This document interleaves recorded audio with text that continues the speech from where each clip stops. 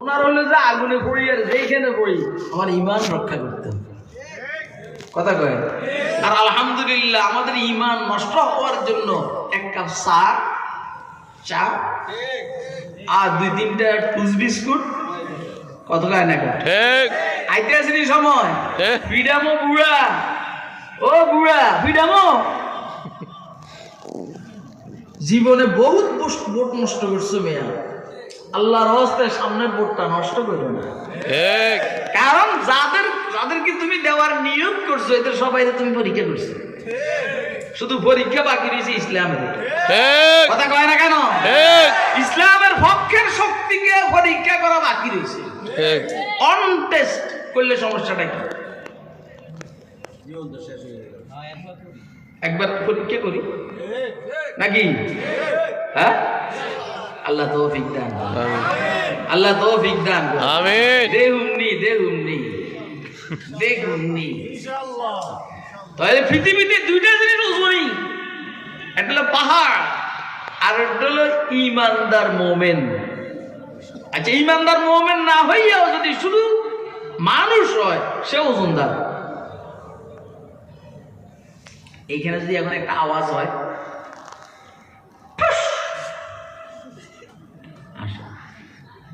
এই আওয়াজে কিছু মানুষ অস্থির হয়ে যায়। এটা আমারটা তো ছোট আওয়াজ, টায়ার যদি বাষ্প হয়, যারা একটু ওজনই, আরে যাদের ওজন কম 2-1 ফোঁটা বৃষ্টি পড়লে দৌড়ে।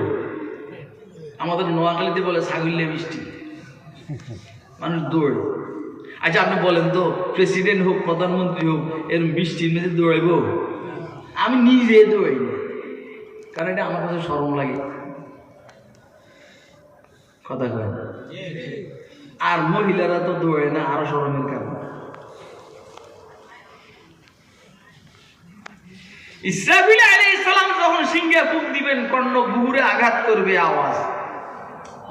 তা আল্লাহ রাব্বুল আলামিন বলছেন এটা বলার জিনিস না, ইয়ে হাকিকত হয় যে সমঝাই নাই যাতি। এই জন্য দুইটা স্যাম্পল বলছেন, ইয়াউমা ইয়াকুনুন নাসু কাল ফারাশিল মাবসুস। আল্লাহু আকবার। স্মরণ করো ওই দিনকে,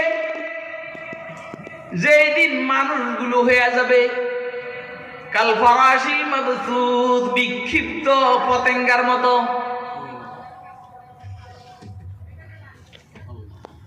বিক্ষিপ্ত পতঙ্গের মতো।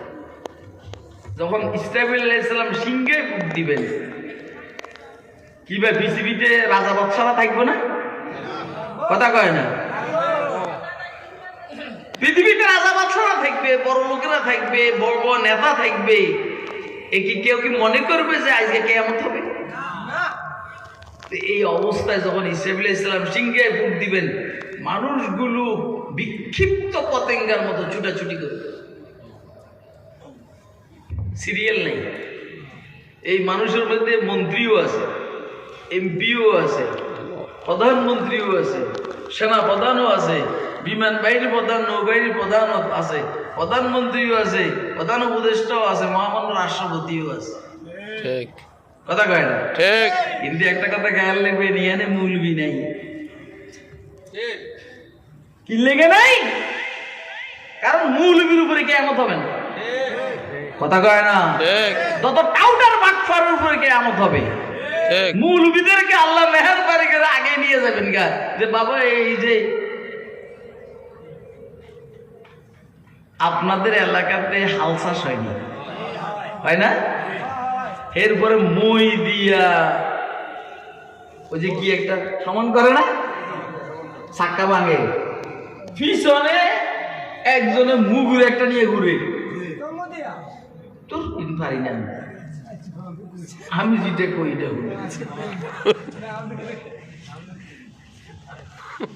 এরকম এরকম মুগুর আছে না, এরকম বড় বড় চাকাগুলোর কেন? হ্যাঁ, বাইরে বাইরে এটা বাড়ি, এইটা বাড়ি, এইটা বাড়ি। আর যেগুলো ছোট তো ঠিক কিয়ামত হবে ছোট ছোট চাকার মধ্যে। আর বড় বড় ছাগাগুলো আগে শেষ করে দেবে। দেখেন না সারা দুনিয়ার ভালো ভালো মানুষগুলো আল্লাহ নিয়ে যাইতেছে। ঠিক। ইমানদারের উপরে কিয়ামত হবে না, বেঈমানের উপরে কিয়ামত হবে। তা আমি পিছনে একটা কথা বলছি, ইমানদার লোক বড় পাওয়ারফুল হয়, ওজনই হয়। আর বেঈমান হওয়ার পরেও যদি মানুষ হয় তার একটা ওজন আছে। তো মানুষ এলোমেলো হয়ে যাবে ইসরাঈল আলাইহিস সালামের সিংহের বুকের কারণে। এই কি সংসদ ভবন আর গণভবন আর বঙ্গভবন, যাইব কোথায়? ইন্ডিয়াও শেষ, যাইব পাকিস্তানও শেষ। একজন আরেকজনের ফোন করবে, কিরে ভাই এই কঠিন আওয়াজ কোত্থেকে আইতে আছে? কব যে এটা তো আমেরিকা তো আছে আওয়াজ বাড়তেছে আস্তে আস্তে। রাশিয়া হলে কব যে চীনেও আছে, জাপানও আছে। শুক্রবার সকাল, আল্লাহু আকবার, ইয়াউমা ইয়াকুনুন নাস। আপনারা, আমি বুঝাইতে পারতেছি না, আমার কাছে বুঝাইবার যোগ্যতা নাই। এই আওয়াজের কি বলে এটা, ভয়াবহতা, এই আওয়াজের ভয়াবহতা বুঝাইবার যোগ্যতা আমার কাছে নাই। আল্লাহ বুঝাইতেছেন যতদূর আমরা বুঝি। ইয়াউমা ইয়াকুনুন নাসু কাল ফারাশিল মাবথুস। সবগুলা মানুষ যাদের উপরে কিয়ামত হবে সবাই বিক্ষিপ্ত পতেঙ্গা প্রজাপতির মতো হয়ে যাবে। মানুষ সব অস্থির হয়ে যাবে। এর চাইতে বড়, এর চাইতে আরেকটা শক্তিশালী মাখলুক হলো পাহাড়। আল্লাহ বলেন ওয়াতাকুনুল জিবালু কালইহনিল মানফুস। সবগুলা পাহাড় ধুনিত রুইয়ের মতো হয়ে যাবে। ওয়াতাকুনুল জিবালু কালইহনিল মানফুস। সবগুলা পাহাড় ধুনিত রুইয়ের মতো হয়ে যাবে। যে পাহাড়গুলো জায়গার মধ্যে বসা, তখন হাওয়ার মধ্যে উড়বে, একটা আরেকটার সাথে টক্কর খাবে, ধাক্কা খাবে, টকরাওর পরে এত ছোট ছোট হবে, তুলার মতো, রুইয়ের মতো, ধুনিত রুইয়ের মতো হয়ে যাবে। আল্লাহু আকবার। এটা হলো কিয়ামত। এর চাইতে বেশি বুঝাইবার যোগ্যতা আমার কাছে নাই।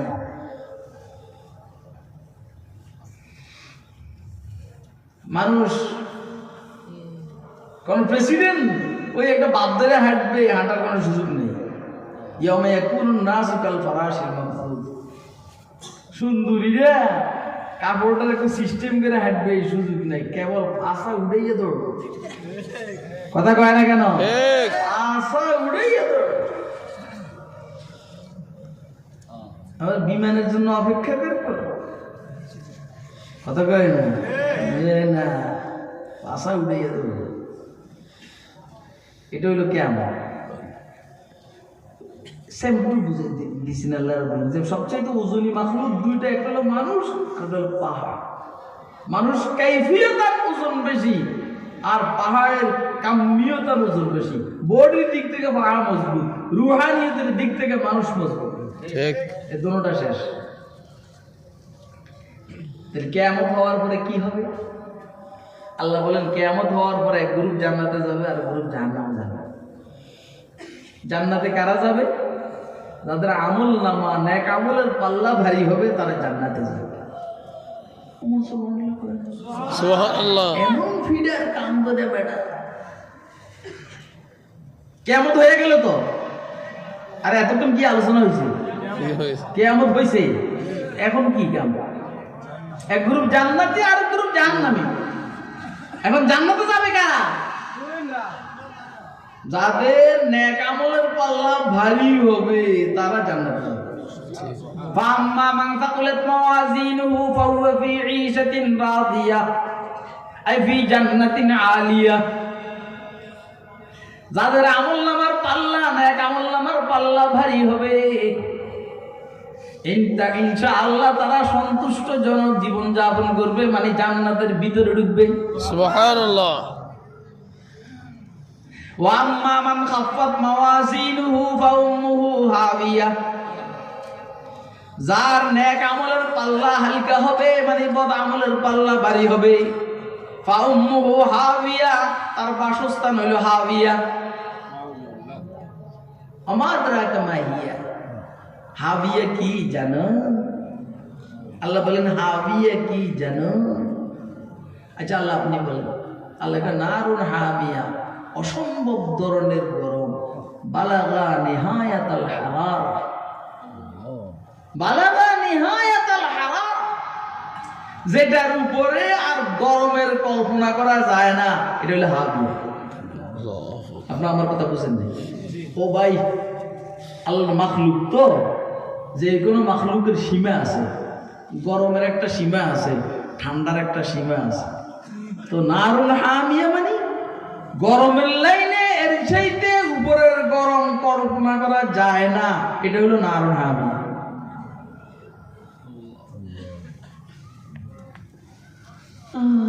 কাদের নেক আমলের পাল্লা ভারী হবে, কাদের হালকা হবে। আবার নেক আমলের পাল্লা ভারী কেমনে বুঝবো, হালকা কেমনে বুঝবো? তাফসীর লাইনের কথা দিয়ে একটা না করলে আমরা কেবল হুজুর তো তাফসীর কিছু এতক্ষণ যা হয়েছে কিছু একটা তাফসীর হয়নি, আরে কথা কয় না। এবার আর একটু শুনুন, আমলের পাল্লা ভারী হবে হালকা হবে, কাদের আমল মাপা হবে, কাদের হবে না। মোটামুটি কয়েক গ্রুপের আমল মাপা হবে না। আম্বিয়া আলাইহিস সালামের আমল মাপা হবে না, দরকার নাই। আরে কথা কয় না। যারা বেহিসাব জান্নাতে যাবে তাদের আমল মাপা হবে না, দরকার নাই। মুসলমানের ছোট ছোট বাচ্চার আমল মাপা হবে না, দরকার নাই। যে প্রথম থেকেই পাগল আজীবন, তার আমল মাপা হবে না, দরকার নেই। আরে কথা কয় না, আরো আরো কথা। আচ্ছা এখন আমল মাপার পরে হালকা ভারী কেমনে বুঝবো? বুঝবো এভাবে, এই বিষয়ে তিনটা কথা আছে। এক কথা হইল দুনিয়াতে যেমন পাল্লা নিচে নামলে বুঝা যায় পাল্লা ভারী হয়েছে, ঠিক আছে না?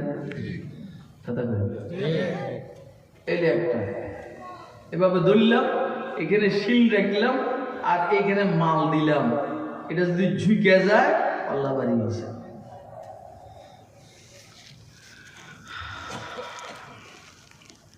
দ্বিতীয় হইল দুনিয়ার উল্টা, নেক আমলের পাল্লা ভারী হইলে ঘুমাইস না, মাধ্যম মার। নেক আমলের পাল্লা ভারী হইলে এটা উপরের দিকে উঠবে। এই নেক আমলের পাল্লা ভারী হইলে কোন দিকে উঠবে? আর বদ আমলের পাল্লা ভারী হইলে নিচের দিকে নামবে। কেন? কুল্লু শাইইন ইয়ারজিউ ইলা আসলি, সব জিনিস তার আসলের দিকে যায়। নেক আমলের আসল কই? জান্নাত কোথায়? উপরে। ওরে কথা কয় না, জান্নাত কোথায়? উপরে। জাহান্নাম কোথায়? নিচে। তো যেটা নিচের দিকেই তো যাবে,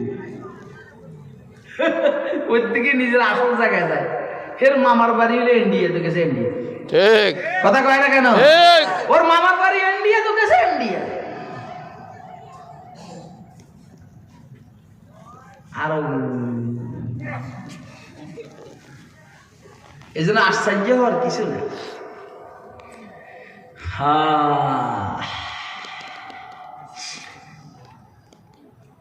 রাসূল আকরাম সাল্লাল্লাহু আলাইহি ওয়াসাল্লাম একটা হাদিস শরীফ খেয়াল করেছি, হুজুর বলছেন ইসাবাতান মিন উম্মতি আহরাজাহুম আল্লাহু মিনান নার, ইসাবাতুন তাগজুল হিন্দা ওয়া ইসাবাতুন তাগজু মা ঈসা ইবনে মারইয়াম আলাইহিমাস সালাতু ওয়াস সালাম।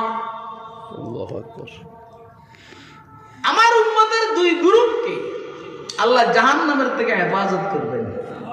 এক গ্রুপ যারা হিন্দুস্তানের বিরুদ্ধে লড়াই করবে, আল্লাহু আকবার। আরেক গ্রুপ যারা ঈসা ইবনে মারইয়ামের সাথে থেকে দাজ্জালের বিরুদ্ধে লড়াই করবে। নারে তাকবীর, আল্লাহু আকবার। সাবিলুনা সাবিলুনা আল জিহাদ আল জিহাদ, সাবিলুনা সাবিলুনা আল জিহাদ আল জিহাদ, নারে তাকবীর, আল্লাহু আকবার। আপনারা এই কথাটা ভালো করে বুঝছেন? হ্যাঁ, আপনি দেখবেন ইন্ডিয়ার সাথে ইসরায়েলের সম্পর্ক অনেক ভালো, ঠিক। আর আমাকে এই ফ্যাসিস্টের সম্পর্ক ইন্ডিয়ার সাথে ভালো, ঠিক। তার অর্থটা কি? তার অর্থটা হলো এই ইন্ডিয়া যেমন ইসরায়েলের বন্ধু, আমাকে এই ছাগল নিয়েও ইসরায়েলের বন্ধু, ঠিক। অর্থাৎ ইন্ডিয়া যেমন দাজ্জালের পক্ষে লড়াই করবে, হবে, এই যদি ক্ষমতায় থাকে সেও দাজ্জালের পক্ষে লড়াই করবে। ঠিক কথা কয় না কেন? ঠিক। এই জন্য আমরা দোয়া করবো আল্লাহ যেন আজীবনের জন্য এগুলারে দেশ থেকে মানে দেশের ভিতরে যেন ঢুকতে না পারে, আল্লাহ যেন সে ব্যবস্থা করে দেয়। আর ঢুকলে যেন সোজা এমনি ঠিক কথা বলে। ঠিক ইসাবাতান মিন উম্মতি আরাদাহুম আল্লাহু মিনান নার, ইসাবাতুন তাগজুল হিন্দা ওয়া ইসাবাতুন তাকুনু মা ঈসা ইবনে মারইয়াম আলাইহিস সালাতু ওয়াস সালাম। সম্পর্ক ইসরায়েলের সাথে, সম্পর্ক ভারতের সাথে। ঈসা আলাইহিস সালামের জিহাদ হবে ইসরায়েলের বিরুদ্ধে। কার বিরুদ্ধে? ইসরায়েলের বিরুদ্ধে। মানে কারণ দাজ্জাল ইহুদিদের মুরব্বী।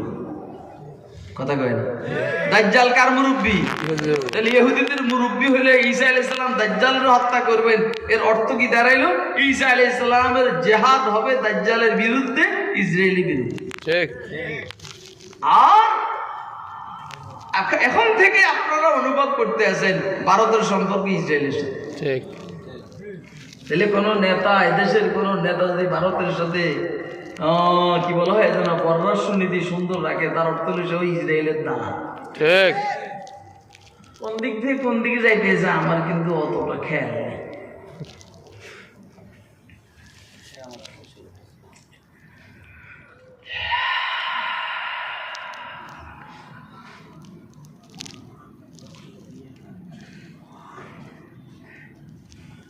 যার প্রত্যেকটা জিনিস তার আসলের দিকে যায়।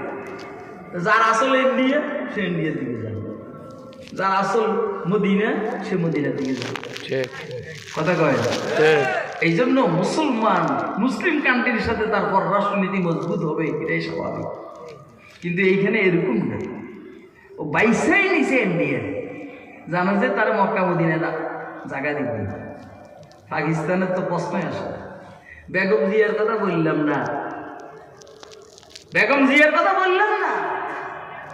ইনশাআল্লাহ ভারত ব্যতীত পৃথিবীর যে কোনো জায়গায় যাইতে চায় ওনাকে যাইতে দেওয়া হবে।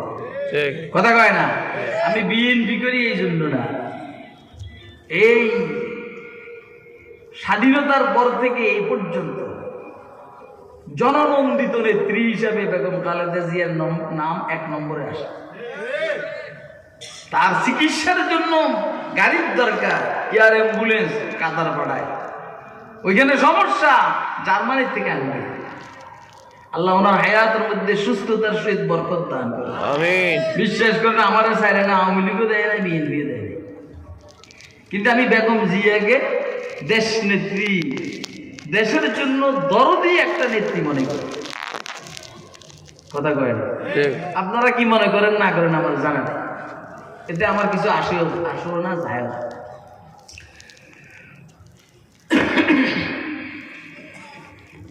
যার আসল যেইখানে সে সেইখানে যাবে। গুনাহের স্থান জাহান্নাম, জাহান্নাম হইল নিচে, এই জন্য আমলের পাল্লা নিচের দিকে যাবে, বদ আমল। আর নেক নেক জান্নাত হলে উপরে, আর নেক আমলের গতি এই জন্য উপরে। ইলাইহি ইয়াসআদুল কালিমুত তাইয়্যিব ওয়াল আমালুস সালিহু ইয়ারফাউ। এই জন্য আল বুরহান ফি উলুমিল কোরআনের মধ্যে আল্লামা বদরুদ্দিন জারকাশি রাহমাতুল্লাহ আলাইহি এই কথাটা বলছেন যে নেক আমলের পাল্লা ভারী হলে কোন দিকে যাবে? তৃতীয় আরেকটা কথা আছে, তাফসীরে রুহুল মাআনির মধ্যে এসেছে যে নেক আমলের পাল্লার থেকে নূরের কিরণ বাইর হলে বুঝতে হবে নেক আমলের পাল্লাটা ভারী হয়েছে।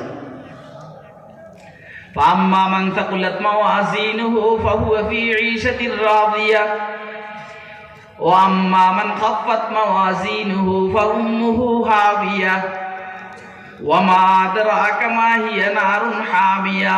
এখন হইল নেক আমলের পাল্লা আমাদের ভারী করার দরকার আছে না নাই? ও ভাই জান্নাতে যাইতে মনে চায় কার কার হাত তুলে দেবে? এমনি নিয়ে হাত তুলে, আরে বাবুরে লাগে যেমন কি কার কার 10,000 টাকার দরকার, এর না আপনার বেহেশতে যাইতে কার কার মনে হয় ধন্যবাদ একসাথে বলে আল্লাহু আকবার। আজ জায়গা সেদিন নিয়ে ফুটে লাগছে তকবির দিয়ে লাভ নাই। আল্লাহ রসুল সাল্লাল্লাহু আলাইহি সাল্লাম নেক আমলের পাল্লা ভারী করার একটা বুদ্ধি আমাদেরকে শিখিয়েছেন, যেটা বুখারী শরীফের শেষ হাদিসে আছে। হুজুর বলছেন দুইটা কালিমা রহমানের কাছে অনেক প্রিয়, উচ্চারণ করতে অনেক সহজ, আমলের পাল্লার মধ্যে দিলে এটা ওজনে ভারী হয়ে যায়। দাউদ আলাইহিস সালাম একবার আল্লাহর কাছে, আল্লাহ এত বড় পাল্লা, এটা কেমনে ওজন হইব? আল্লাহ কে সুবহানাল্লাহ ইয়ামলাউল মিজান, আলহামদুলিল্লাহ ইয়ামলাউল মিজান বা তামলাউল মিজান, সুবহানাল্লাহ আলহামদুলিল্লাহ তামলাউল মিজান। সুবহানাল্লাহ আলহামদুলিল্লাহ পড়বা মিজান আমলনামার পাল্লা পুরাটা ভারী হয়ে যাবে। সুবহানাল্লাহ, কই যে এত বড় পাল্লা কেমনে ঘুরাইব?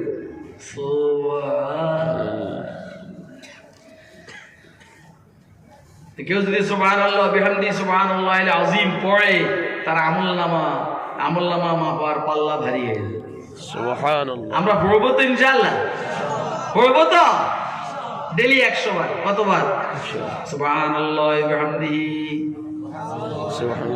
সুবহানাল্লাহিল আযীম সুবহানাল্লাহিল আযীম।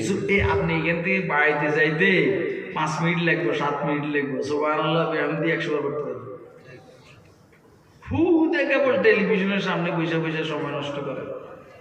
আচ্ছা টেলিভিশনের সামনেই বসছেন, তাও পড়েন না সুবহানাল্লাহ বিহামদিহি সুবহানাল্লাহ বিহামদিহি। যেমন এরকম না হয়, আমার দাদা শ্বশুর না, অন্য ঘরের দাদা শ্বশুর যে টেলিভিশনের সামনে বসছে, আমি দেখছি যখনই রুনা লাইলার গান শুরু হয় তখন আস্তা করলো ফিরে শেষ হইলে কয় সুবহানাল্লাহ সুবহানাল্লাহ।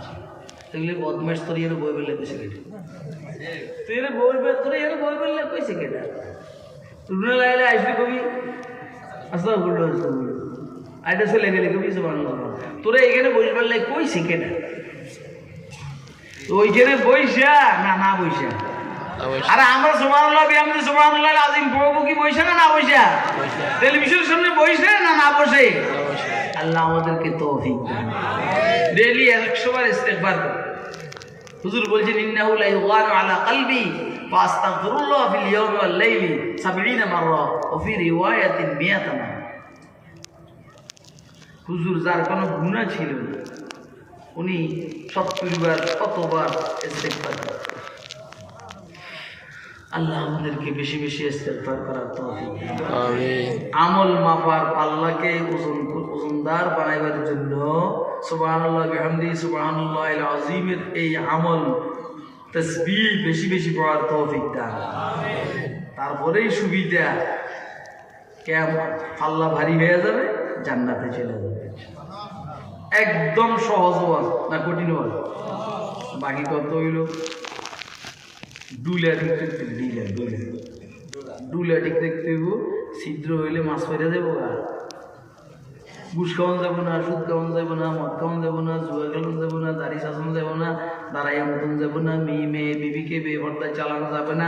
ইনশাআল্লাহ তৈরি আছি তো? ইনশাআল্লাহ। ওয়া আখিরু দাওয়ানা আলহামদুলিল্লাহ।